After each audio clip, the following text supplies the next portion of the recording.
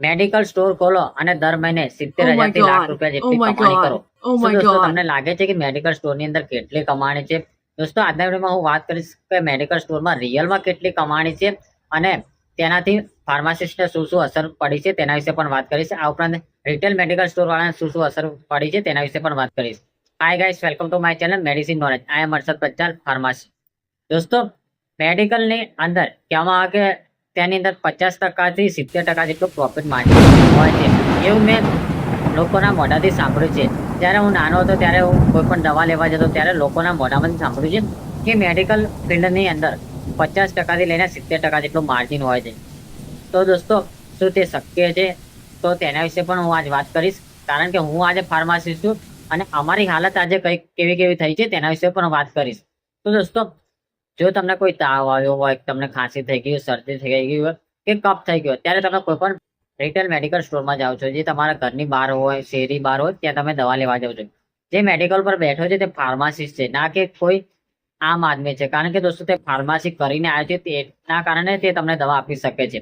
તમને જે પણ થયું હશે, ખાંસી થઈ હશે તો ખાંસીની દવા આપશે, એન્ટીહિસ્ટામિન દવા આપશે, કફ થઈ ગયો હશે તો કોલ્ડ કફની દવા આપશે, પરંતુ તે દવા આપશે. હવે આ બધું તો થઈ ગઈ કે દવા આપે છે, પરંતુ દોસ્તો શું તમને ખબર છે કે આ દવા પાછળ કેટલું માર્જિન મળે છે અને કેટલું કમિશન આ દવા લેવાથી ડોક્ટરને મળે છે તથા ફાર્માસિસ્ટને કેટલું મળે છે તેના વિશે વાત કરીશું. દોસ્તો કોઈ પણ દવા લઈ લો. હવે માની લો કે દોસ્તો બધાના મોઢા અમે લોકોએ સાંભળ્યું છે કે 50% થી 70% મેડિસિનની અંદર માર્જિન મળે છે, પરંતુ તે એકદમ ખોટી વાત છે. આ દોસ્તો તમે સાચું સાંભળ્યું કે કોઈ દિવસ કોઈ પણ દવાની અંદર 50% થી 70% જેટલું માર્જિન હોતું નથી. હા, જેનરિક દવાની વસ્તુ અલગ છે, કારણ કે જેનરિક દવા એ એવી દવા છે કે જેની ક્વોલિટી લો હોય છે. ક્વોલિટી લો હોવાના કારણે તે તમને સસ્તી મળે છે અને મેડિકલ વાળાને સસ્તી મળે છે, એટલે તેની અંદર 50 થી 70% જેટલું માર્જિન હોય છે. પરંતુ દોસ્તો બધા જ પેશન્ટ હોય કે પછી બધા જ ડોક્ટરો એ જેનરિક દવા, લોકલ દવા નથી લખતા. અમુક ડોક્ટર હોય છે તે સ્ટાન્ડર્ડ દવા લખે છે. હવે દોસ્તો મેન ટોપિક ઉપર આવીએ કે કોઈ પણ મેડિકલ સ્ટોરનું માર્જિન કેટલું હોય છે, તેની અંદર 50 થી 70% જેટલું પ્રોફિટ હોય છે. તો દોસ્તો તે ખોટી વાત છે, કારણ કે દોસ્તો કોઈ પણ સ્ટાન્ડર્ડ દવા હોય તેનું માર્જિન ડિસ્ટ્રીબ્યુટર તરફથી જે મેડિકલ સ્ટોર હોય તેને હોલસેલ ભાવે 25% થી 30% જેટલું માર્જિન મળી છે. એટલે કે માની લો કોઈ પણ દવાની MRP 100 રૂપિયા છે, તો આ દવા ફાર્માસી એટલે કે રિટેલ સ્ટોર વાળા, મેડિકલ સ્ટોર વાળા જોડે 70 રૂપિયામાં આવશે, જેની અંદર તેને 30 રૂપિયા જેટલો એક સ્ટ્રીપ પાછળ નફો થાય છે. હવે દોસ્તો આ તો વાત કરી કે ત્યાંની પાછળ કેટલું માર્જિન આવે છે, કોઈ પણ દવાની એક્ઝામ્પલ સાથે વાત કરી કે કેટલું માર્જિન આવે છે. હવે માની લો કે એ દવા 100 રૂપિયાની MRP વાળી દવા કોઈ પણ રિટેલ મેડિકલ સ્ટોર વાળો એ કોઈ પણ કસ્ટમર આવે છે, પેશન્ટને આવે છે, તો પેશન્ટને ભાવ ટુ ભાવ આપે છે, તો તેને 30 રૂપિયા પ્રોફિટ મળે છે. એટલે કે આખા દિવસની અંદર તો જો એ એક સ્ટ્રીપ વેચે તો તેને 30 રૂપિયા નફો થાય છે. પરંતુ દોસ્તો લોકો ડિસ્કાઉન્ટની પાછળ અંધાધૂંધ પાછળ પડ્યા છે કે ડિસ્કાઉન્ટ. દોસ્તો કોઈ પણ સ્ટાન્ડર્ડ હોય કે જેનરિક હોય, લોકો ડિસ્કાઉન્ટ માંગે છે. અને હાલ અમુક માર્કેટની અંદર, હું અમદાવાદની વાત કરું તો અમદાવાદની અંદર અમુક એરિયાની અંદર 15%, 20% ચાલે છે, જે ખોટું છે. કારણ કે દોસ્તો 20% જો માર્જિન કસ્ટમરને આપી દે તો પ્રોફિટ માર્જિન હવે માની લો કે મેડિકલ વાળા જોડે ખાલી 5% જ વધે છે. હવે 5% ની અંદર આખું એનું ઘર ચલાવવાનું, એની મેડિકલ ચલાવવાનું કઈ રીતે પોસિબલ હોઈ શકે?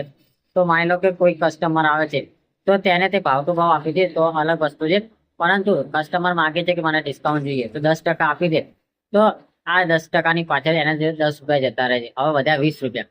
હવે 20 રૂપિયાની અંદર દોસ્તો માની લો કે તેને આખું મેડિકલ હોય તો મેડિકલનું રેન્ટ પે કરવાનું છે, લાઇટ બિલ છે, પછી ઇન્વેન્ટરી મેનેજમેન્ટ કરવાની, આ ઉપરાંત બધું મેનેજમેન્ટ કરવાનું. તો દોસ્તો આ રીતે એક એક્ઝામ્પલ સેટ કર્યું કે આટલું એક દવા પાછળ માર્જિન હોય છે કે 20 રૂપિયા કે 30 રૂપિયા દવા પાછળ મળે છે. હવે જો જેનરિક દવા હોય તો જેનરિક દવાનું એક્ઝામ્પલ લો તો જેનરિક દવાની MRP 300 રૂપિયા છે, જે મેડિકલ વાળાને 100 રૂપિયાની અંદર કે 80 રૂપિયાને મળે છે. જે મેડિકલ વાળો પરચેસ 80 થી 100 રૂપિયાની અંદર કરે છે.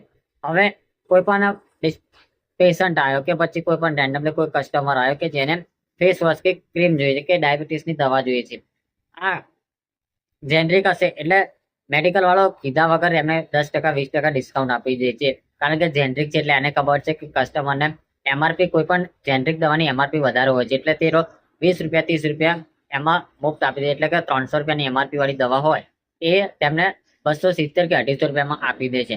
તેની પાછળ એક સ્ટ્રીપ પાછળ તેમને 100 કે 150 રૂપિયાનો પ્રોફિટ થાય છે. દોસ્તો આમ જેનરિક સ્ટાન્ડર્ડ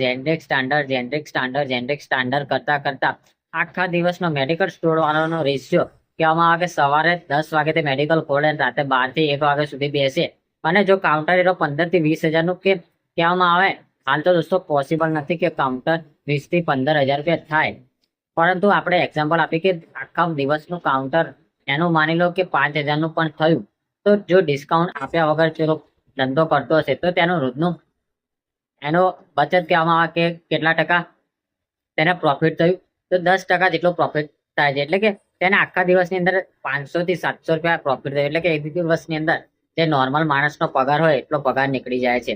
પરંતુ દોસ્તો જો તે સર્જિકલ પણ વેચતો હોય, આ ઉપરાંત જો તે મોટી મેડિકલ લાઈન બેઠો હોય એટલે ધંધો મોટો થઈ જશે. ધંધો મોટો થવાના કારણે તે સર્જિકલ આઇટમો બધું વેચશે, એટલે તેનો અરાઉન્ડ ધંધો 10,000નો હોય, કોઈ પણ મેડિકલ સ્ટોરનો ધંધો 10,000નો હોય તો તેને આખા દિવસની અંદર 1,000 થી 1,500 રૂપિયા પ્રોફિટ થશે.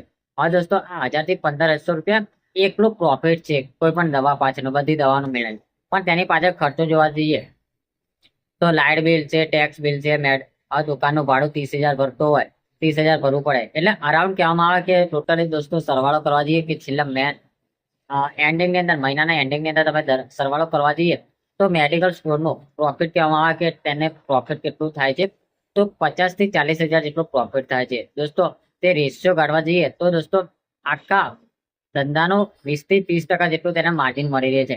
કહેવામાં આવે કે તે આખા મહિનાની અંદર 60 થી 40,000 રૂપિયા કે 50,000 રૂપિયા જેટલી કમાણી કરી રહે છે. પરંતુ દોસ્તો આપણે બધાએ સાંભળ્યું છે કે મેડિકલની અંદર 60 થી 70% કમાણી છે, તે ખોટી વાત છે. કારણ કે દોસ્તો હાલની પરિસ્થિતિ જોવા જઈએ તો હાલને એવી પરિસ્થિતિ થઈ ગઈ છે કે બધી જગ્યાએ જે કરિયાણાની દુકાનની જેમ મેડિકલો ખુલી ગયા છે.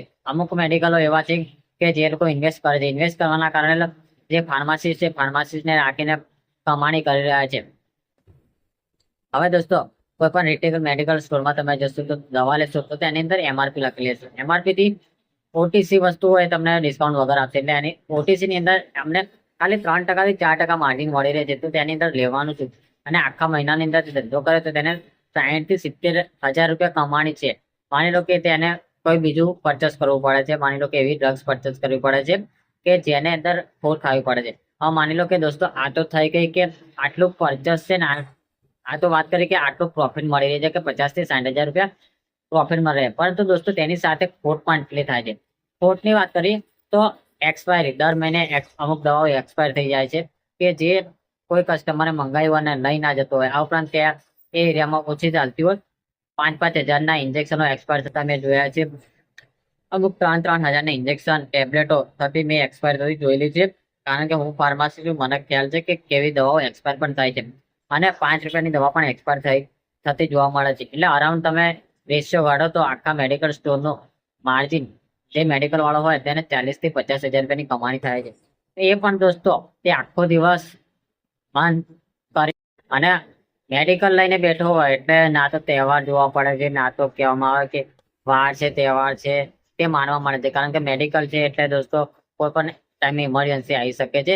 તો આવી અવસ્થામાં મેડિકલ વાળો એટલે કે જેને ફાર્માસિસ્ટ કહેવામાં આવે છે તેને બહુ તકલીફ થાય છે. દોસ્તો તમે જે કોઈ પણ દુકાનમાં જાઓ અને કરિયાણાની દુકાનમાં જે રીતના બિહેવિયર કરો છો તેવો ફાર્માસિસ્ટ જોડે ના કરો. કારણ કે દોસ્તો જે મેડિકલ લઈને બેઠો છે એ ના તો કોઈ આમ આદમી એટલે કહેવામાં આવે કે 10 પાસ છે, 12 પાસ છે, તે ડિગ્રી કરીને બેઠો છે અને તે ફાર્માસિસ્ટ છે.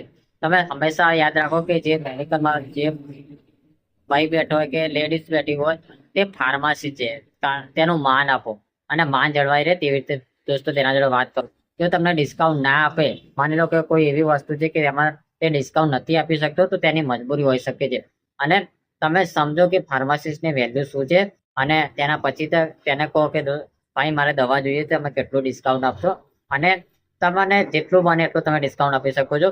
એવી રીતના વાત કરશો તો તમને ફાર્માસિસ્ટ જરૂર સપોર્ટ કરશે. હવે વાત કરીએ કે દોસ્તો મેડિકલ વાળાને લઈને ફાર્મા કંપનીની કેમ સૌથી વધારે ખરાબ હાલત થઈ ગઈ છે. તો દોસ્તો આજે ઓનલાઈન બિઝનેસનો સ્ટાર્ટઅપ થઈ રહ્યું છે, એટલે કે ઓનલાઈન ઇન્ફોર્મેશન ટેકનોલોજીનો જમાનો છે. તેવી અવસ્થામાં લોકો ઓનલાઈન દવાઓ ખરીદી રહ્યા છે.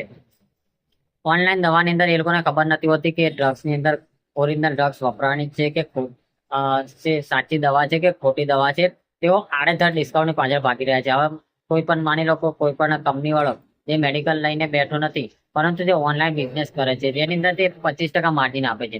હવે 25% માર્જિન આપશે એટલે અમુક તેની અંદર ક્વોલિટી ડાઉન હશે. આ ઉપરાંત તેની અંદર એવી કન્ડિશન હશે કે આટલી દવા પરચેસ કરવી પડશે. તો દોસ્તો એવી દવાઓના એવા પ્લેટફોર્મોના કારણે આજે જે રિટેલ માર્કેટ વાળા હોય, એટલે કે જે રિટેલ બાર મેડિકલ લઈને બેઠા હોય, તે બદનામ થઈ રહ્યા છે. કારણ કે દોસ્તો એ લોકો એવું કહે છે કે અમને આ 25%માં મળે છે તો તમે કેમ નથી આપતા, પરંતુ દોસ્તો અમારું 25% તો માર્જિન જ હોય છે, તો તમને 25%માંથી ક્યાંથી લઈને આપી, એવા પણ સવાલો અમે લોકો ઉઠાવી રહ્યા છીએ. હવે વાત કરીએ કે દોસ્તો રિટેલમાં શું પ્રોબ્લેમ થાય છે. તો રિટેલમાં પ્રોબ્લેમ એ થાય છે કે લોકો મેડિસિનની ડિમાન્ડ તો કરે જ છે, એટલે કે નવી નવી લોકો યુટ્યુબની અંદર અથવા તો મેડિસિન રીલ્સની અંદર જોઈને અલગ અલગ ડિમાન્ડ કરે છે.